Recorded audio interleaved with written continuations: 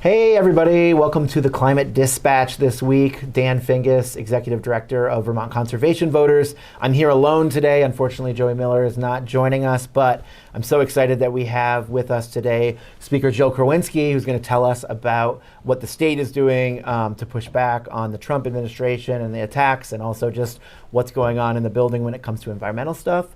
But before we get there, just a little rundown of what's happened this week.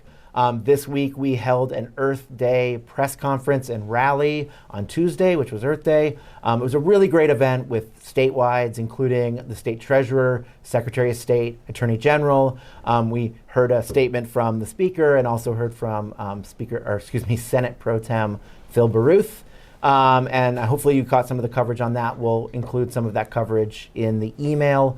Also, if you're watching this on Friday, the House Energy and Digital Infrastructure Committee is voting out, hopefully, S50, which is the 25 is the new 15, which is all about allowing larger ground mount projects to go through expedited review and ensure that we're able to do more residential solar, bigger residential solar, and continue to find ways to do solar on our already built environment.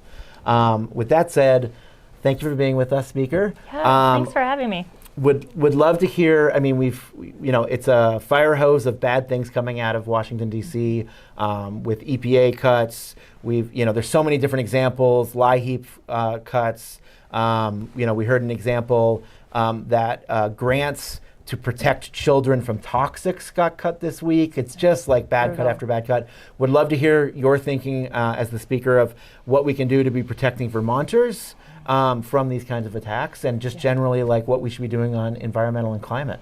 Yeah, thank you. And again, it's great to be here. I'll say that on Earth Day, when I got home from the State House, my husband and I went for a walk, and as we were walking along this path we take all the time, there was just bottles and cans everywhere. And we started picking them up, and it's just the connection to our environment around us and what's happening, and then take that all the way up to the national level. And it's troubling. We are in a very difficult time here. And the way that we approached policy, especially climate policy, is just going to be different in this new time that we are in with this administration in Washington, and not a super friendly administration in Vermont. And so for me, as I think about what we can do, is really helping to hold the line on the work that we've done. We've done a tremendous amount of work around climate in the state to ensure that we have resilience in our communities across the state, especially our rural communities, that we're making heating our homes more affordable for Vermonters, that we're helping our small businesses through these big changes.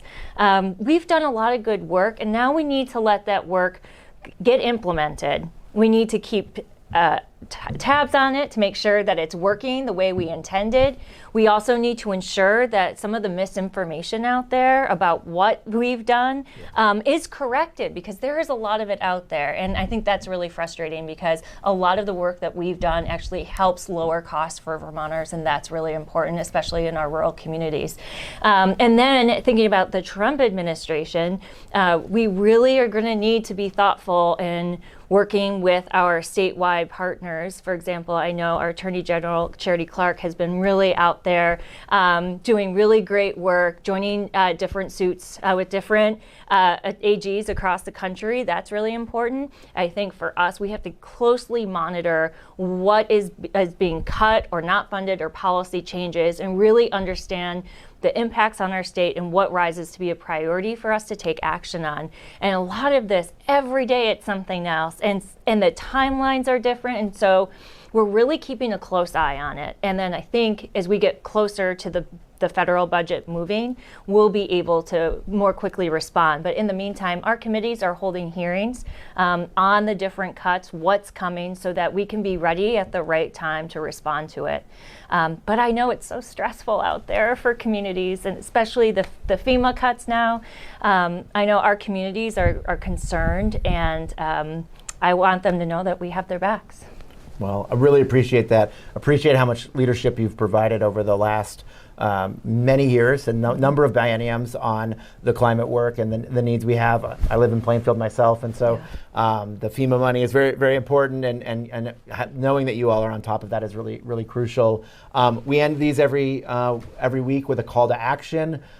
Next week is the final week to get input into the climate action plan. There are 2 more in-person events. April 28th in Barrie and April 30th in Rutland. And then there's a virtual event on May 1st, so anyone in the state can join in. We would love for you to go to one of those events. If for some reason your week is jammed next week and you can't go to any of those events, you can also submit comments by May 1st. And we'll have links for all of that in the email. We need to hear your voices on the Climate Action Plan. The Climate Council needs to hear that we want to keep moving forward on needed climate solutions, and we need to find good ways to pay for those climate solutions. And so we need your voices to be heard in that process. Thank you again, Speaker Krowinski, for being here, and thank you all for watching. Have a great week. Thank you.